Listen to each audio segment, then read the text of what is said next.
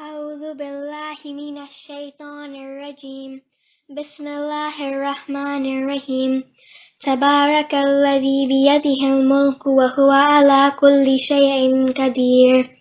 الذي خلق الموت والحياة ليبلوكم أيكم أحسن عملا وهو العزيز الغفور.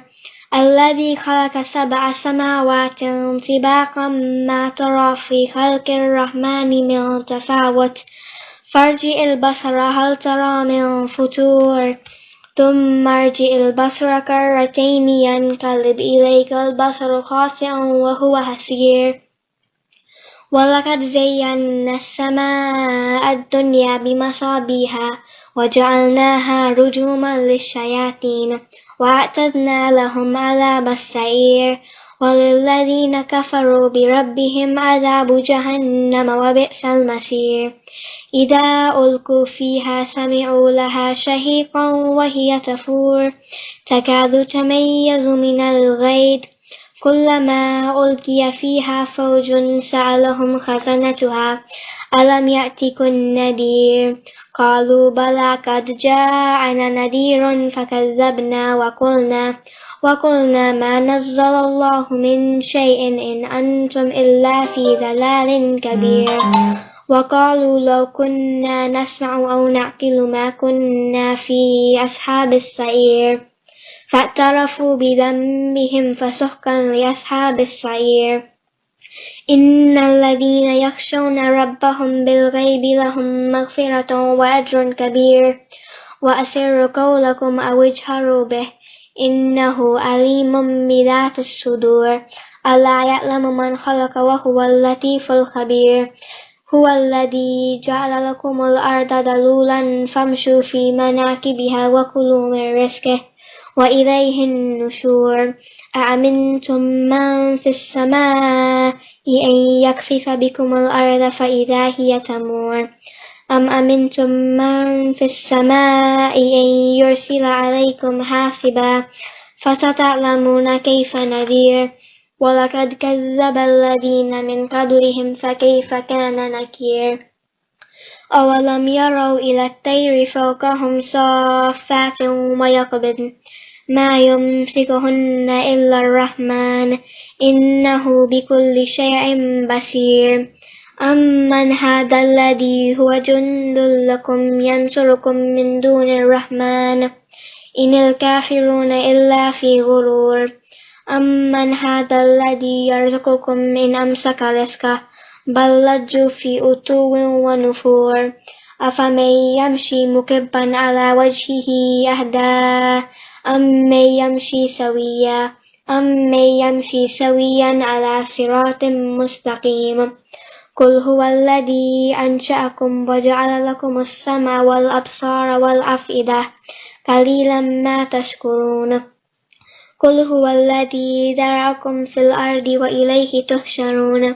ويقولون متى هذا وعد إن كنتم صادقين. قل إنما العلم عند الله وإنما أنا نذير مبين. فلما رأوه زلفة سيئت وجوه الذين كفروا وقيل هذا الذي كنتم به تدعون. قل أرأيتم إن أهلكني الله ومن معي أو رحمنا فمن يجير الكافرين من عذاب أليم. قل هو الرحمن آمنا به وعليه توكلنا فستعلمون من هو في ضلال مبين. قل أرأيتم إن أصبح ماؤكم غورا فمن يأتيكم بماء معين. صدق الله العلي العظيم.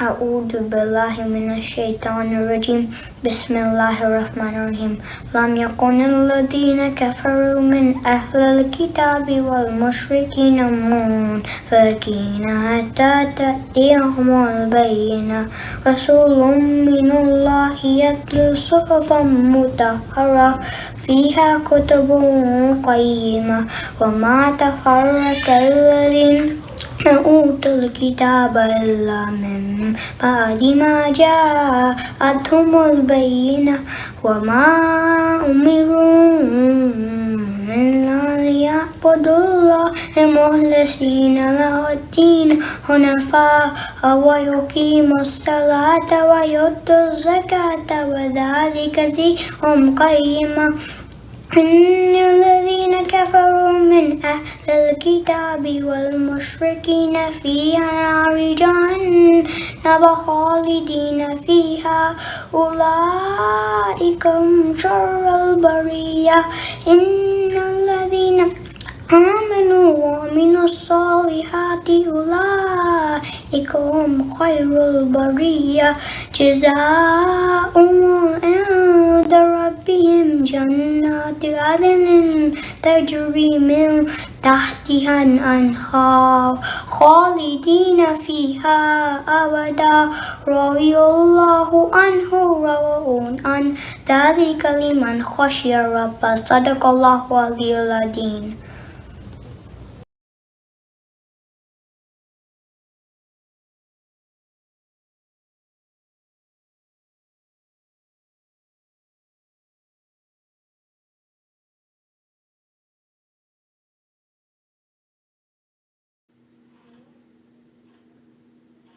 أعوذ بالله من الشيطان الرجيم بسم الله الرحمن الرحيم والسماء والطارق وما أدراك ما الطارق النجم الثاقب إن كل نفس لما عليها حافظ فلينظر الإنسان مما خلق من ماء دافق يخرج من بين الصلب والترائب إنه على رجعه لقادر يوم تبلى السرائر فما له من قوة ولا ناصر والسماء ذات الرجع والأرض ذات الصدع إنه لقول فصل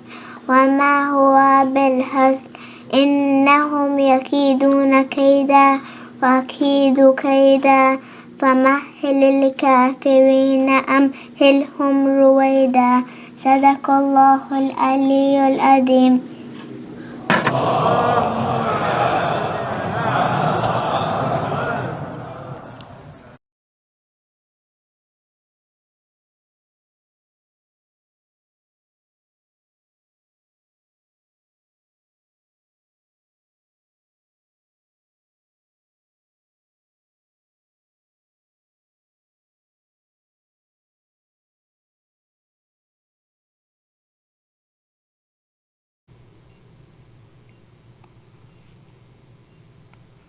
أعوذ بالله من الشيطان الرجيم بسم الله الرحمن الرحيم اللهم صل على محمد وآل محمد اللهم إني أسألك وأتوجه إليك بنبيك نبي الرحمة محمد صلى الله عليه وآله يا أبا القاسم يا رسول الله يا إمام الرحمة يا سيدنا ومولانا إنا توجهنا واستشفعنا وتوسلنا بك إلى الله وقدمناك بين يدي حاجاتنا يا وجيها عند الله اشفع لنا عند الله يا أبا الحسن يا أمير المؤمنين يا علي ابن أبي طالب يا حجة الله على خلقه يا سيدنا ومولانا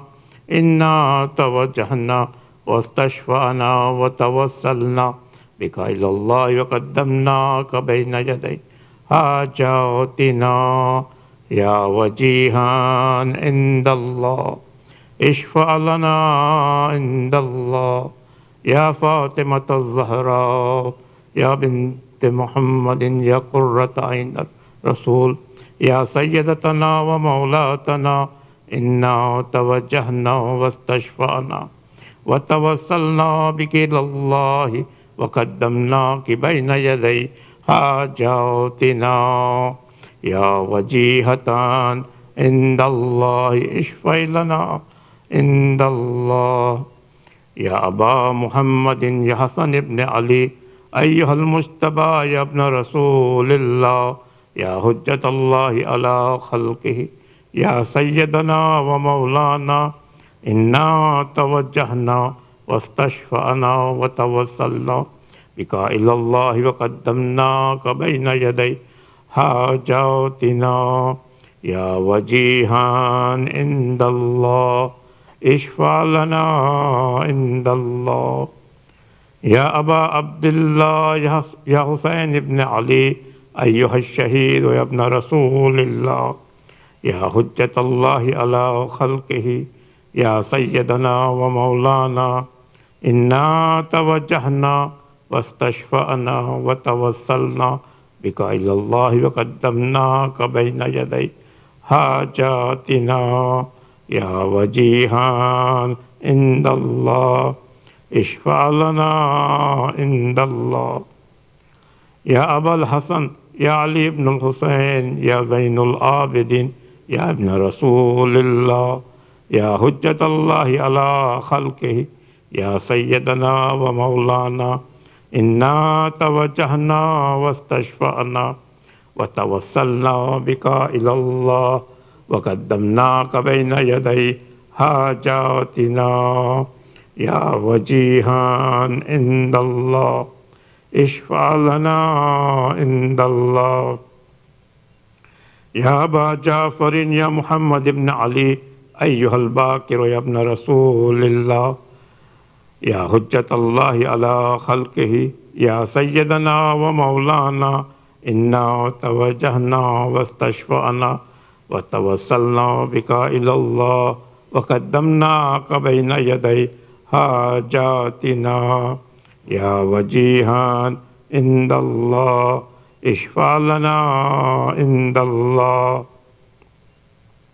يا أبا عبد الله يا جعفر بن محمد أيها الصادق يا ابن رسول الله يا حجة الله على خلقه يا سيدنا ومولانا إنا توجهنا واستشفعنا وتوسلنا بك إلى الله وقدمناك بين يدي حاجاتنا يا وجيها عند الله اشفع لنا عند الله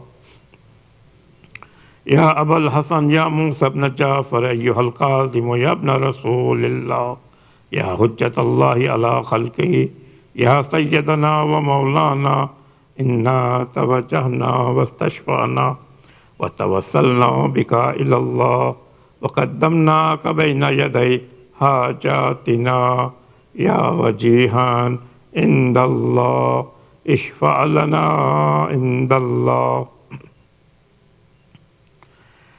يا أبا الحسن يا علي بن موسى أيها الرضا يا ابن رسول الله يا حجة الله على خلقه يا سيدنا ومولانا إنا توجهنا واستشفعنا وتوسلنا بك إلى الله وقدمناك بين يدي حاجاتنا يا وجيها عند الله اشفع لنا عند الله يا أبا جعفر يا محمد بن علي أيها التقي الجواد يا ابن رسول الله يا حجة الله على خلقه يا سيدنا ومولانا إنا توجهنا واستشفعنا وتوسلنا بك إلى الله وقدمناك بين يدي حاجاتنا يا وجيها عند الله اشفع لنا عند الله يا أبا الحسن علي بن محمد أيها الهادي النقي ابن رسول الله يا حجة الله على خلقه يا سيدنا ومولانا إنا توجهنا واستشفعنا وتوسلنا بك إلى الله وقدمناك بين يدي حاجاتنا يا وجيها عند الله اشفع لنا عند الله يا أبا محمد يا حسن بن علي أيها الزكي العسكري يا ابن رسول الله يا حجة الله على خلقه يا سيدنا ومولانا إنا توجهنا واستشفعنا وتوسلنا بك إلى الله وقدمناك بين يدي حاجاتنا يا وجيها عند الله اشفع لنا عند الله يا وصي الحسن والخلف الحجة أيها القائم المنتظر المهدي يا ابن رسول الله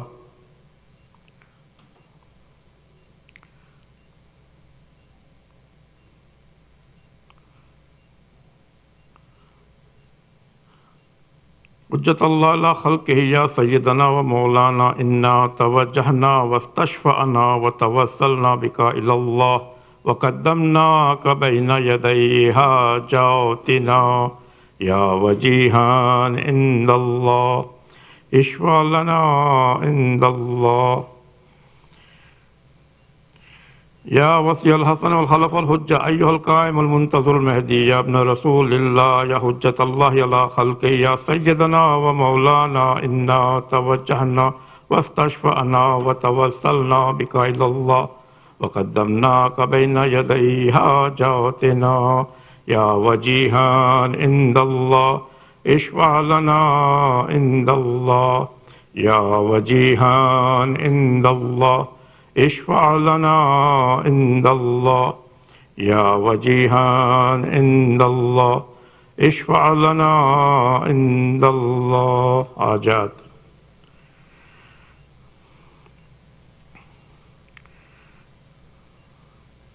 يا ساداتي وموالي إني توجهت بكم أئمتي وأدتي اليوم فقري وحاجتي إلى الله وتوسلت بكم إلى الله واستشفعت بكم إلى الله فاشفعوا لي عند الله واستنقذوني من ذنوبي عند الله فإنك وسيلتي إلى الله وبحبكم وبقربكم أرجو نجاة من الله فكونوا عند الله ورجائي يا ساداتي يا أولياء الله صلى الله عليهم أجمعين ولعن الله أعداء الله الظالمين من الأولين والآخرين آمين رب العالمين اللهم صل على محمد وعلى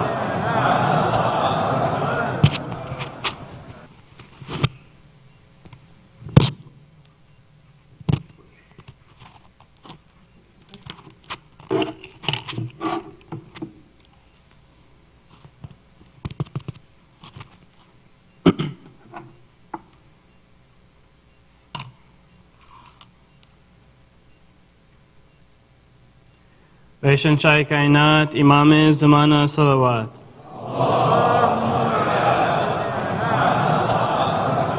لو آ گیا بازار لو آ گیا بازار لو آ گیا بازار لو آ گیا بازار بازار شام ہے بازار شام ہے بازار شام ہے بازار شام ہے مظلوم کا کنبہ جب شام کو پہنچا عابد کا تھا نوحہ لو آ گیا بازار میری پھوپھی اماں روتی ہے بے پردہ، لاکھوں کا ہے مجمع لو آ گیا بازار، مظلوم کا کنبہ جب شام کو پہنچا، عابد کا تھا نوحہ لو آ گیا بازار۔ یہ سوچ کے روتا ہوں ماں بہن کھلے سر ہے، کس طرح سے دیکھوں گا جو سامنے منظر ہے، نیزے پہ ہے ایک سر روتا ہے جو اکثر، کرتا ہے جو نوحہ لو آ گیا بازار، مظلوم کا کنبہ جب شام کو پہنچا، عابد کا تھا نوحہ لو آ گیا بازار۔ بازو ہے بندھے میرے میں کچھ نہیں کر سکتا، بوچار ہے پتھر کی ہم سب ہے رسن بستا، ہے خون کا دریا جو سر سے ہے بہتا، ہنستے ہیں یہ اعداء لو آ گیا بازار، مظلوم کا کنبہ جب شام کو پہنچا، عابد کا تھا نوحہ لو آ گیا بازار۔ ہر ایک قدم بابا قرآن سناتے ہیں، اور آگ کے پتھر خود چہرے پہ وہ کھاتے ہیں، زہرا کا دلایا احمد کا نواسا، ہے برسر نیزا لو آ گیا بازار، مظلوم کا کنبہ جب شام کو پہنچا، عابد کا تھا نوحہ لو آ گیا بازار۔ وہ ننھی سکینہ کو مانگا ہے کنیزی میں مرتا ہوں جیتے جی، ماحول شرابی میں گھبراتی ہے بچی، اور ہو کے میں بھائی کچھ کر نہیں سکتا لو آ گیا بازار، مظلوم کا کنبہ جب شام کو پہنچا، عابد کا تھا نوحہ لو آ گیا بازار۔ موت آئیں گی زندہ میں پیاری میری بہنا کی ہاتھوں سے بناؤں گا میں قبر سکینہ کی وہ خون بھرا کرتا ہر ایک تماچا یہ اس کو ہے سہنا لو آ گیا بازار مظلوم کا کنبہ جب شام کو پہنچا عابد کا تھا نوحہ لو آ گیا بازار بازار شام ہے بازار شام ہے بازار شام ہے بازار شام ہے صلوات علی محمد وآل محمد رحم اللہ من فعل الفاتحہ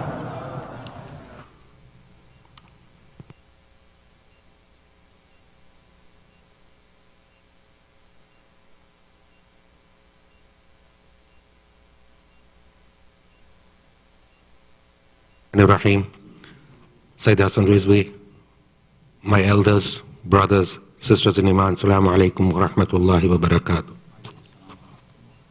Surah Fatiha is requested for all the names listed on the screen and all kul arwahil mu'mineen wal mu'minat sawab al-Fatiha.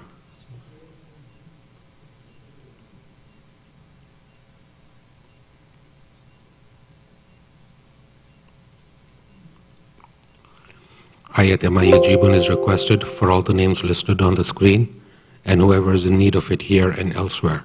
Let us all recite it together. Bismillahir Rahmanir Rahim. Amman yujibul muztarra idha da'ahu wa yakshifu as-su'. Amman yujibul muztarra idha da'ahu wa yakshifu as-su'. Amman yujibul مضطر إذا دعاه ويكشف السوء أمن يجيب المضطر إذا دعاه ويكشف السوء أمن يجيب المضطر إذا دعاه ويكشف السوء اللهم صل على محمد وآل محمد. Now let us have Sayyid recite tonight's majlis par Muhammadin wa ali Muhammad salawat.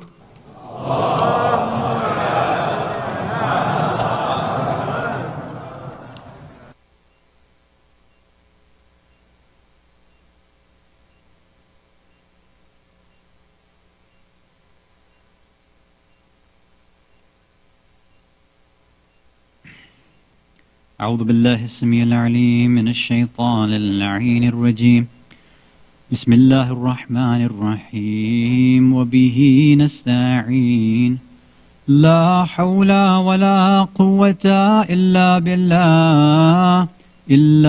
بالله العلي العظيم والحمد لله رب العالمين والصلاة والسلام على أشرف الأنبياء والمرسلين خاتم النبيين شفيع المذنبين رحمة للعالمين سيدنا والنبينا وحبيب قلوبنا والشفيع نفوسنا والطبيب ذنوبنا أبي القاسم المصطفى محمد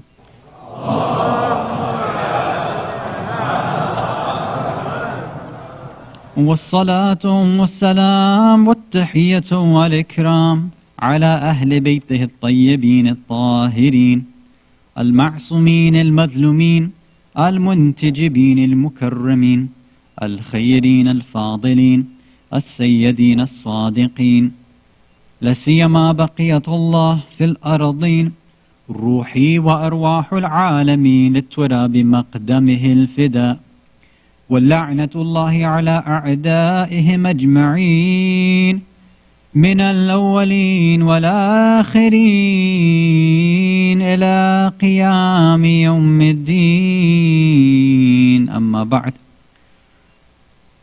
مؤمنين مؤمنات brothers and sisters in Islam and Iman Salamun alaikum wa rahmatullahi wa barakatuh.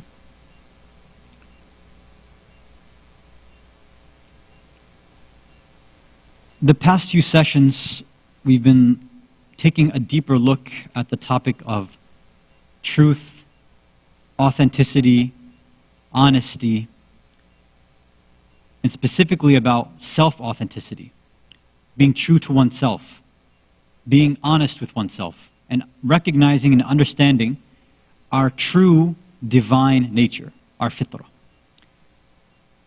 And we said that normally, right now, in modern times, this idea of authenticity or being true to oneself is synonymous with the egotistical self, with one's lower, base, animalistic, carnal desires. And this stands in stark contrast to what Allah commands us to follow. So being true to oneself is not about what you feel and then act upon, but it's about finding out exactly what is real and then acting upon that. One of the main functions, if not the main function, of Allah's representatives, of divine holy representatives and personalities, is to help us reorient ourselves. Whenever we lose sight of who we really are, when we start to be fake, when we start to cover up the truth and perform kufr, deny our true reality, then Allah sends a representative on earth to help us reorient and fix our situation, to figure out and remind us of who we really are. Throughout the Quran, one of the main verbs and functions and processes that Allah mentions is about tadhakkur, about remembrance. Why? It's because we know who we are deep down, but we've forgotten. So Allah sends these personalities to help us remember who we really are. When we suffer from that existential alienation, that amnesia, when we lose sight of who we really are, someone who is connected to the divine can help us remember, can help us get back to our true self. One of the ways that they help us do that is by showing us and helping us critically, thoroughly, and objectively re-examining ourselves according to these 7 different levels of truth and honesty and reality that we had gone through, the different levels of sidq. And if you remember, the first 2 levels were what?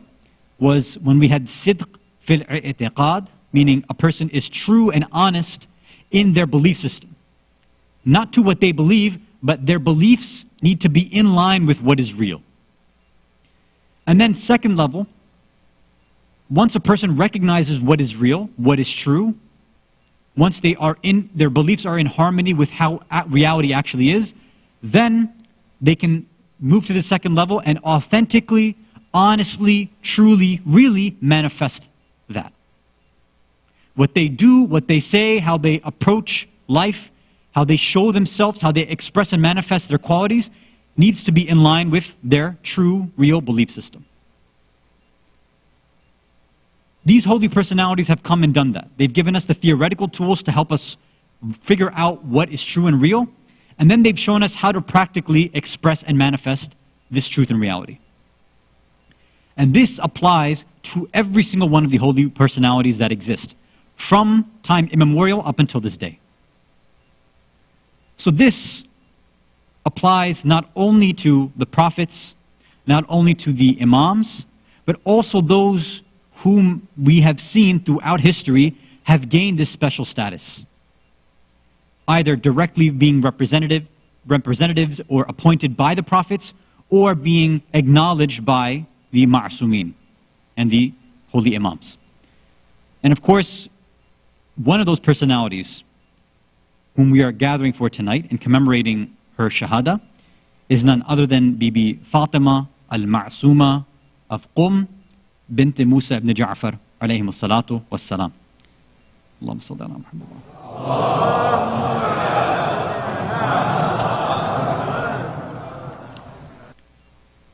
So I think it's reasonable and it's appropriate that we use this night to re-examine our beliefs about a few different things. As we had said, a true Shia would want to re-examine their belief system constantly to make sure what they believe is in harmony with Islam. What they think about reality is actually al-haq, is actually in line with God and His religion, His deen. There's two major ideas that I think we need to take a look at, and we're going to use this occasion of Bibi Fatima al-Masuma, her Shahada, as a way for us to re-examine and critically look at maybe some misconceptions we may have had about these topics. Now, it's obviously a cliche that whenever we commemorate or celebrate the life of a female in Islam, we end up talking about women in Islam, right? That's usually what happens. So the first thing that I want to examine, or rather re-examine, hopefully we can all do this with an open mind, is to re-examine the actual way that the topic of women in Islam has been addressed by our own muballighin, zakirin, ulama, etc. That's the first thing that I want to look at. Time permitting, the second thing that we'll look at is, after we've taken a critical look at the way, the propagation of the topic of women in Islam, then perhaps we'll see that maybe there's a different way we need to look at it and try to figure out what exactly is the major role for women in Islam. Or specifically, the kind of subtopic, and the question that usually is on everybody's mind, especially women, is why is it that women are never at the forefront of the discussion? Why are they never at the forefront of Islam? Why are they always hidden and behind the scenes? So these are the two major ideas and topics that, inshallah, we'll try to explore. And if we can't finish it tonight, then we'll continue it for the upcoming Thursday program, inshallah ta'ala, with the salawat ala Muhammad wa ali Muhammad.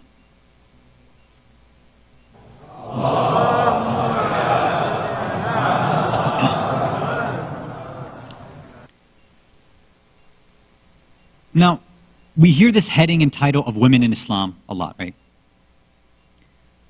A lot of our own muballighin, zakirin, ulama, speakers, they come and they talk about women in Islam. And of course, they usually wait till it's the birth or wafat or shahada of a female. That's when they'll use that opportunity, right? It's become a very, very cliched topic. Not just among Muslims, meaning Shias and Sunnis, but even non-Muslims, meaning Islamophobes. The one thing that they love to attack when they want to attack Islam, the first thing that they'll jump to is Islam's treatment and understanding of women. So whether we're Muslim or not, the thing that happens to be on everybody's mind is women in Islam, the role of women in Islam, the status of women in Islam. So everybody's trying to address it. Now, normally, there's been two major trends about how the topic has been addressed. Traditionally, historically, previously, it's in the majority sense, it's been generally addressed by men, right? In most of our communities, back home and even here, up until very recently, it's been, the topic has been addressed by, the majority of the time, men, obviously. And yes, a few females here and there, but generally speaking, we know the history. Women, especially the women zakirin and ulama, they were typically relegated to only addressing, female-only majalis or, sisters-only places. So the men would have never, or the general community has never heard their perspective in that sense. But even that, traditionally, they've only taken one perspective, which is a traditional, conservative, Eastern, or very cultural-heavy perspective. I'm not saying that that's what it is, that's how it's been described. So what do these men and a few women, how do they usually address the topic of women in Islam? Number one is hijab, or modesty. Right? That's the first go-to topic. Whether it's the wilada or shahada of Bibi Fatima, alayhi salatu wassalam. Allahumma salli ala Muhammad wa Muhammad.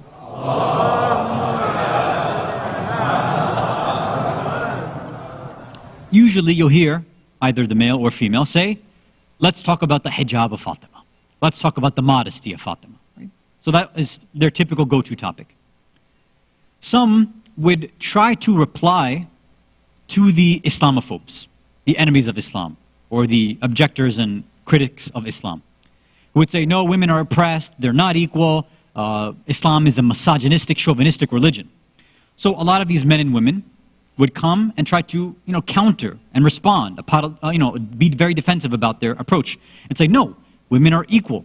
Let's talk about women's equality in Islam. Let's talk about the rights that Islam had given women and things like that. And normally when they talked about that, it was a very socio-political, historical discussion, right? Women, were buried alive during the, before the Prophet. They didn't gain inheritance. They didn't do this and this. And, they list out all these. Again, I'm sure all of you have heard these specific archetype, like template-style speeches, right? Women equality. Here's the things that happened during, the Jahiliyyah era. And now, Islam came, the Prophet came, and he fixed all this. That's normally what we hear, right? So that's the second sort of cliche topic that the traditional conservative individuals have addressed. And then the third is they'll talk about women specifically through the prism and through the lens of motherhood. Because they'll say, look, hijab and modesty is there. Women are equal, but in some places women have a higher status. Where is that honorable status? It's through motherhood. Women are mothers. So of course, what do? The first thing they talk about is, oh, look at this wonderful narration. Heaven lies under the feet of women, or under the feet of mothers. So you see, look at how Islam honors women. Heaven lies under their feet. Isn't that amazing? Or they bring up the other narration that, when people have come to, people like the Prophet or any of the other ma'sumin, and they say, who should we honor? Your mother, your mother, your mother, and then your father. So, we hear all these things. So speakers will come and talk about motherhood, motherhood. It's so amazing. Mothers, you need to do this. Okay. So all of these these are the three major ways that the traditional conservative approach, these are the sort of topics they address. Hijab and modesty, women's equality and how Islam came and gave women rights, or motherhood. That's pretty much it. So this was sort of one extreme. Now I'm not saying their approach was incorrect or there was wrong things or incorrect things being said. Just keep that in your mind right now. Generally speaking, most of us have heard one of those three, if not all of those three sort of ideas, right? Okay. Now let's jump to the other side, the other sort of extreme. Now we're in our progressive, liberal, modern, contemporary age, where, yes, men do address the topic. They try to address women in Islam. But now, now the women have to come out, and now the women want to address it. Say, how dare you men talk about our topic?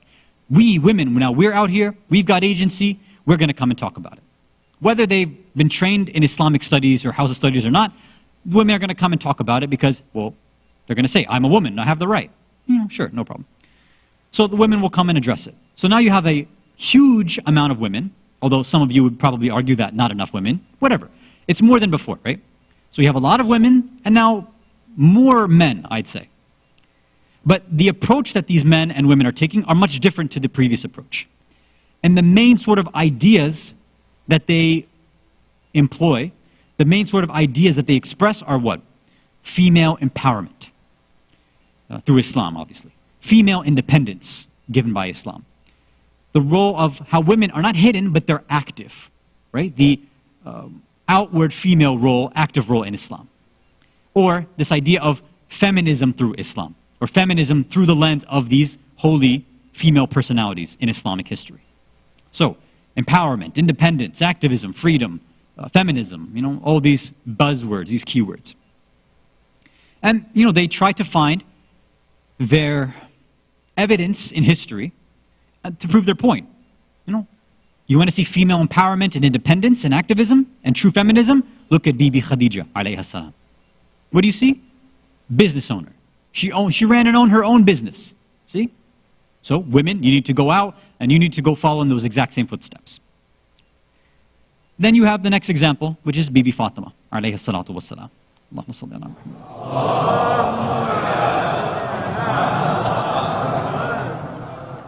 They say, look at how she confronted her oppressors and, demanded her right of fadak, for example, right? So they'll use this. See, we have to be active and go confront and be active out in the open as well. Okay. And then, of course, since we're still in the Ayyam wa Azza, right? The female personality in these nights and days that comes to our mind, of course, is Bibi Zainab, alayhi salam. And in the same light, right? Empowerment. She's independent. She's active. Feminism. Bibi Zainab carries that flag of feminism. I'm not saying it, and this is what people are saying. Look at her speech in Sham. Look at the way she addresses Ibn Ziyad. Look at how she addresses Yazid. Right? Or of course, as we've been going through, look at how she addresses the people of Kufa. See how out there she is? She's not hidden. Look how active she is, empowered, independent. No, again, all those words. So normally people, some male speakers and a lot of female speakers will grab these typical cliche examples and then they'll try to prove their point like that. So I describe these as two extreme points of view and two extreme approaches. And obviously I think most of you know me well enough to know that both of these approaches, I don't want to just categorically toss them out, but definitely there's huge deficiencies in both of these approaches. So what are those issues? Let's spend a few minutes and talk about that, inshallah. You can recite another salawat ala Muhammad wa ala Muhammad.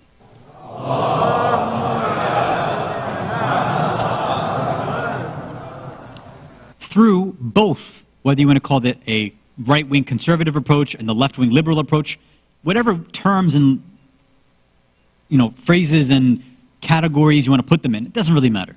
The point is that both of these approaches are very selective and very narrow and very biased. Both of them. And my humble opinion is that both of these individuals, these groups of individuals, have completely missed the point. And they've lost the plot altogether. And if you want to come about this in a very academic way, we'd say, look, the history that they seem and they purport to use to prove their point doesn't support what they're talking about. Right? Now, I don't want to go piece by piece and just kind of show how all these approaches are problematic, but just a few things to keep in our mind, right? Because again, our first thing that we're trying to do is re-examine this idea of the way that we think about the idea of women in Islam, and specifically the way that it's been addressed. At the first step, the first sort of leg, the first rung of the ladder of the journey that I want us to go on is to just think about this again. Even if we've heard this for 40, 50, 60 years, just, the first stage is to make sure our beliefs are sound. If we don't know that there are alternative viewpoints, if we don't know that maybe there's issues and deficiencies in these viewpoints, then how are we going to grow? How are we going to know 100% that our beliefs are authentic and real? So, just think about these. People bring up, oh, look at Khadija, Bibi Khadija, businesswoman. Accumulates all these wealth, right? The queen of the Quraysh. Okay, fine. What happens as soon as she marries the Holy Prophet? She gives up everything. She gives up all her wealth and completely dedicates herself to the Prophet. She doesn't say, well, I gained this wealth, this is all mine, and I get to do whatever I want. We don't really see that. We see her completely devoting herself to the Prophet. Everything now is the Prophet's property and under his wilayah.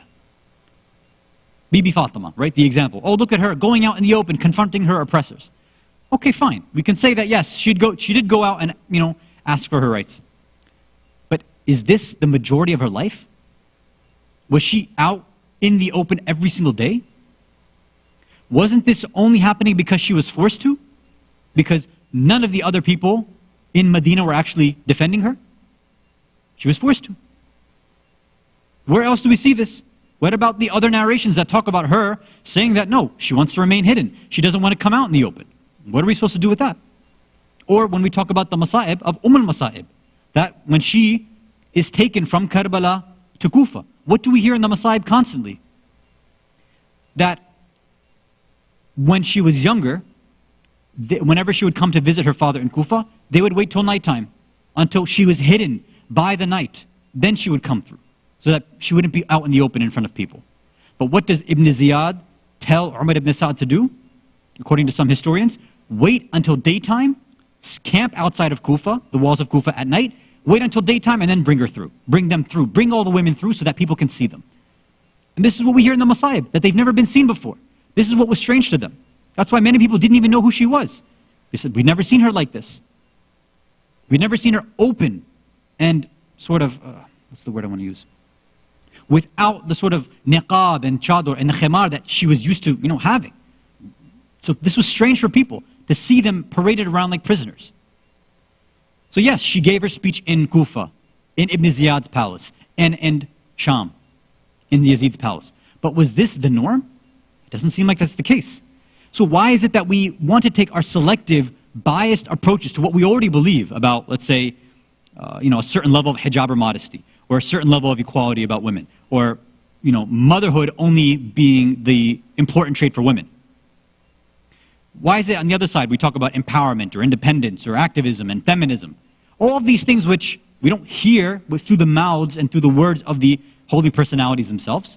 It's something that developed in the West. And then in the 50s and 60s, or technically the inception comes about in the 40s with the Rockefellers, but 50s, 60s, the Western feminist movement. Women now grab onto this without knowing where it comes from, without knowing what the implications are, and then they start force-feeding this idea into Islam, and then start saying Bibi Zainab and Bibi Fatima are carrying the flag of feminism. In the same way, many of us have abused the message of Imam Hussein by force-feeding our own ideas of, let's say, anti-racism or social justice or whatever it is, and freedom and all these, again, plastic buzzwords. Unfortunately, many of us have done the exact same thing with the holy female personalities of Islam, and claiming that they stand for ideas which doesn't really stand up to scrutiny. The proof is not really there. So I want us to now understand that this doesn't work, one, based on the selective historical reading, and second, there's going to be too many questions left unanswered. Even if we say the history was there, there's going to be a lot of points that don't make sense. As I mentioned before, even if you say that, yes, women need to be active, they need to be out in the open, look at Bibi Zainab and Bibi Khadija, Bibi Fatima, etc. Okay, fine. Then, why is it that we don't have female prophets and female imams? If women have this, equal status that both the left and the right are claiming, well, where are the female prophets and imams? Now, I'm sure many of you have heard some people respond to it, and maybe the response worked for you, maybe it didn't, I don't know. If it worked for you, wonderful, then you can stop paying attention for tonight and Thursday, it doesn't matter. But I'm sure for many of you, it didn't really work. Like, no, that doesn't work. Or, one of the other points was, right, from the right-wing side, the conservative traditional side, women are honorable through the gift of motherhood. Sounds nice. Okay, well, if that's the case, then we've got, I think, a few different issues, but two major ones. One is what happens if certain women are unable to have kids? Does their status now go down the drain? Or if they just decide not to have kids? Or they reach an age where they're no longer able to have kids? Does Islam say, well, thank you very much for your efforts as a mother, now you're all done? That's it? Isn't this, in effect, it can be very offensive to certain women to say that the only thing you're defined by is your ability to birth children and to raise children? Well, it's an honorable task, I'm not denying that. But if somebody, like some of these speakers, restricted to just that idea, then how are some of those women who are, not yet, let's say, able to have kids, inshallah, may Allah grant all of them children, or who, may not be able to have children, or may decide not to have children, or, whatever the case may be. That could be problematic for them to hear. Or, what about the personality whom we're honoring tonight? Bibi Masuma.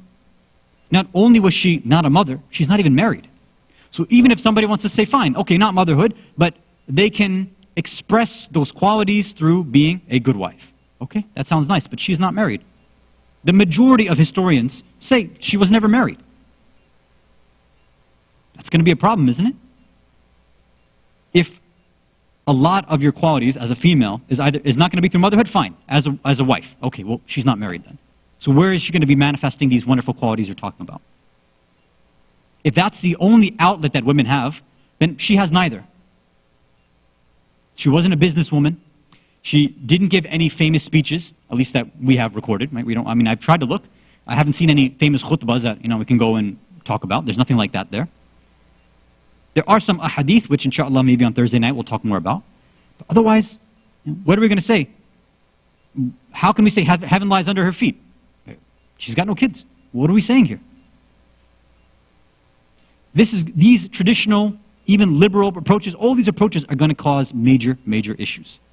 So what we want to do then is, how are we going to be able to reconcile some of these problems? We don't want to just go and nitpick on little pieces of history here and there.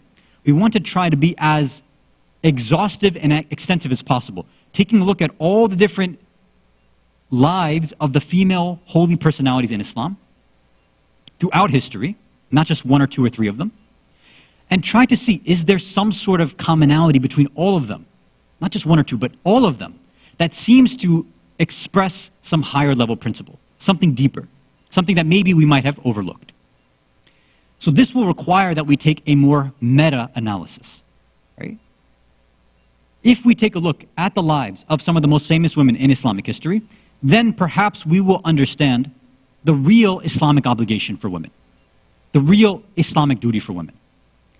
That ties into everything else that has been talked about, whether from the right-wing conservative traditional perspective or the left-wing liberal progressive, activist feminist perspective. Whichever one, all of those, leftover kind of crumb issues that can't be resolved, this higher level approach and perspective will, inshallah, hopefully, if we've gone through this correctly, hopefully will help us solve these issues. And this is what we will be starting on Thursday night, inshallah. Salawat ala Muhammad wa ala Muhammad. As a question for all of you to think about before we move on to the musibah, to think about before we address the topic head on Thursday night, inshallah, if Allah gives us the tawfiq.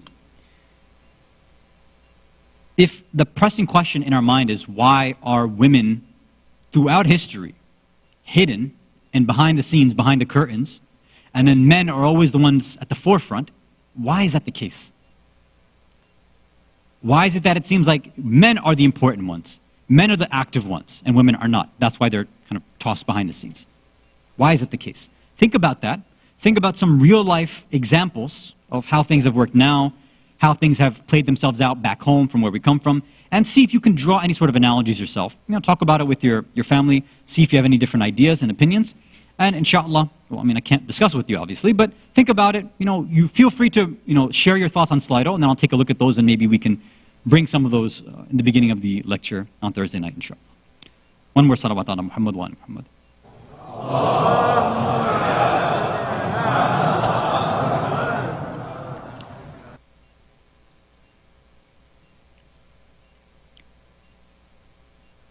A few nights ago, we talked about how among and within the musibah and the masa'ib of the Ahlul Bayt, there is a connection there.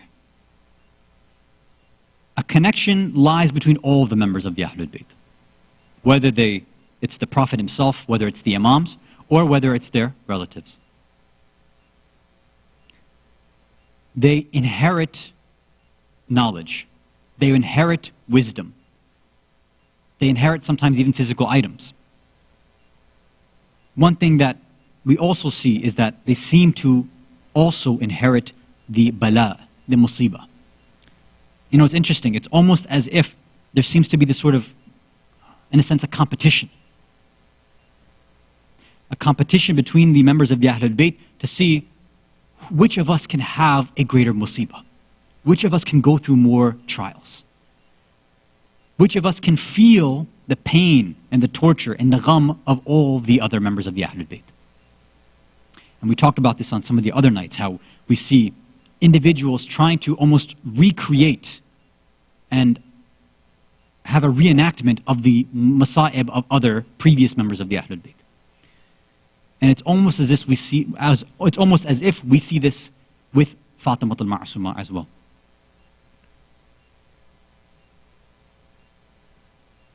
Her musibah and gham, sometimes people jump right to the fact of her musibah and gham of being away from her brother, her bhai, her older brother, and how she was unable to reach him. But I think that if we really want to take a look at her musibah and masa'ib, we start right at the beginning. She's born into the household of the Ahlul Bayt. She sees her wonderful father, Imam Musa al-Kadhim. But she only spends a very, very short time with him. They say maybe 4, 5, 6 years. And then after that, she doesn't see her father ever again. And then from then on, she was raised by her brother. It's almost as if Allah had decided that, Ya Fatima al-Masuma, the first musibah that I want you to go through is the same musibah of your relative, your ancestor, Sakina. In the same way, your ancestor, Sakina, had to lose her father at a young age, I want you to lose your father as well. In the same way, Sakina had to lose her father at a young 4, 5 years old, I want you to be taken away from your father as well. But there is a difference here. The difference is that Sakina was able to say farewell to her father. She was able to hug her father one last time before he had left off to the Maidan and went off into battle. She was able to sleep on the chest of her father one last time before Hussein went out to battle. She was there to be able to sleep on the chest of Hussein even after the battle. She was there over and over again, and her final rest was with the head of her father as well. But with Fatima al-Masuma, after only a few years, her father is taken away. She doesn't get to say a proper Khuda Hafiz to her father. Her father is taken away from her. Years and years pass by, and she's under the care of her brother. Every day they say she's asking, Bhai, is Baba coming back tonight? Some of the servants, they say that at night we used to see our holy lady, Masuma, Fatima al-Masuma, sleeping in the sahan outside in the garden at night. And they would ask her, why are you sleeping outside at night? He said, maybe my Baba will come back at night. I want to be able to be the first one to greet him. I want to be the first one to give him a hug. I want to be the first one to take care of him and offer him some food and water. Because he's been away for so long, I don't know how they've been treating him in this prison. Year after year passes by, and Fatima al-Masuma never gets to see her father. All these years pass by, nothing happens. And the only time now she gets to hear of this is when the people come and tell her, Inna lillahi wa inna ilayhi raji'un. We give you our tasliyat and our condolences for your father Musa ibn Ja'far. Imagine what her heart, how it would have broken when she's coming to see her father lying on a bridge, wrapped up in a carpet. Is this the way the members of the Ahlul Bayt are treated? But her musibah doesn't end, and her musibah continues as she gets older, which we'll talk about on Thursday night. ألا لعنة الله على قوم الظالمين وسيعلم الذين ظلموا أي منقلب ينقلبون إنا لله وإنا إليه راجعون رضا بقضائه وتسليما لأمره صلوات على محمد وعلى محمد.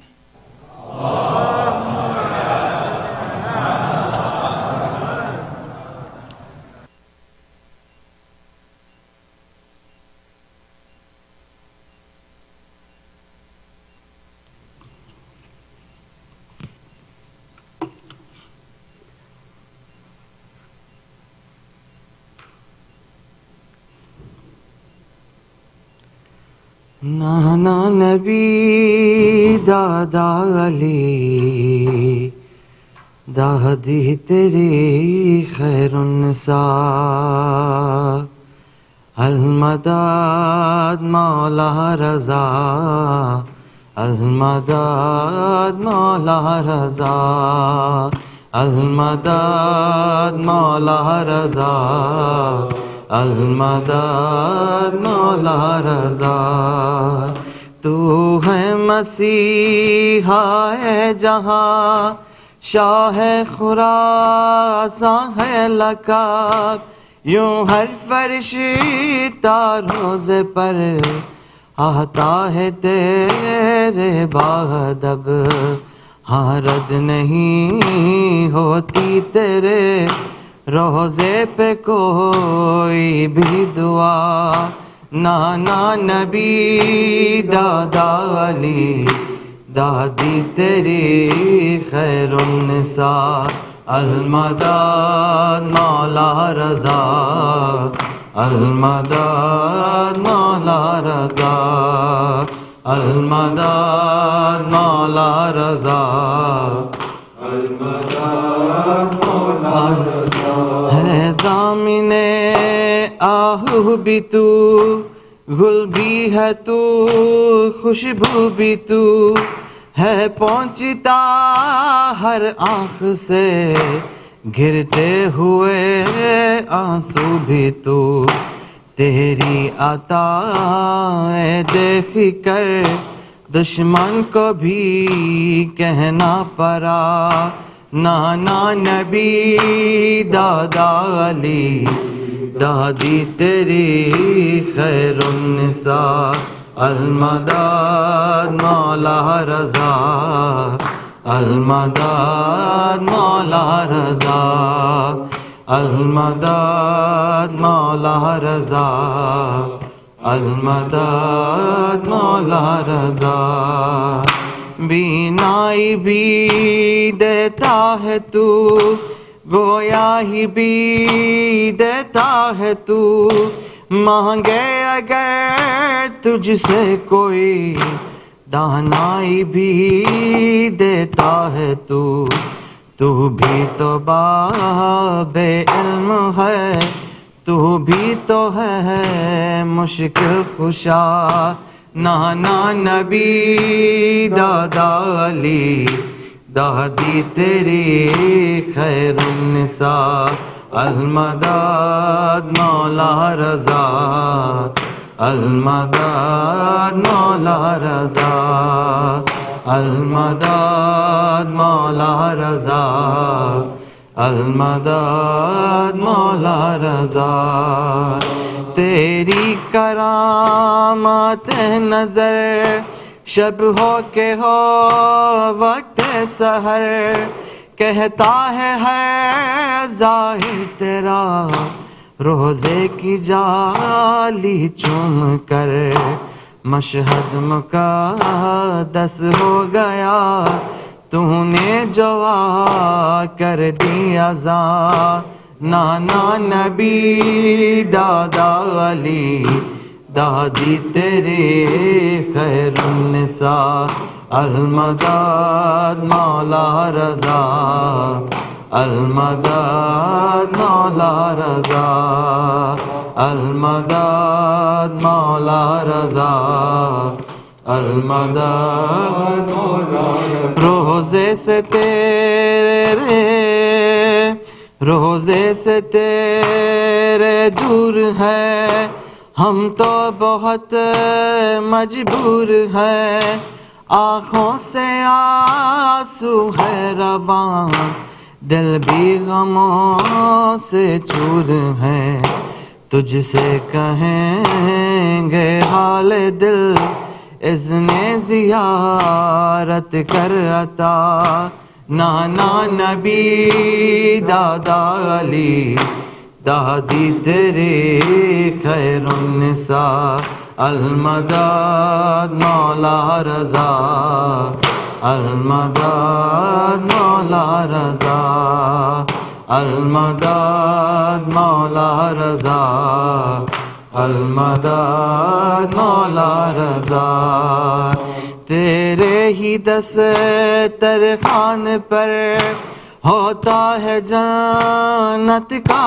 غمل جنوں ملک لیتے ہیں سب تیرے ہی در سے روٹیاں مولا تیرے مقروض ہے ہر ایک گدا و بادشاہ نانا نبی دادا علی دادی تیری خیر النساء المداد مولا رضا المداد مولا رضا المداد مولا رضا المداد مولا رضا سورة الفاتحة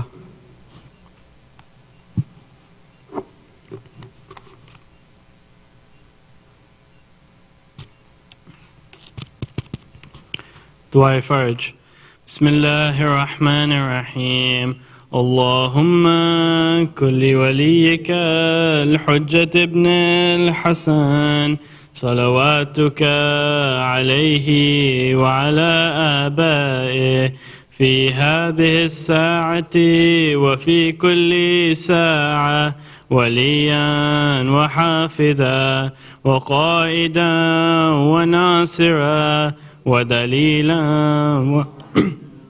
حتى تسكنه أرضك توعا وتمتيه فيها طويلا برحمتك يا أرحم الراحمين.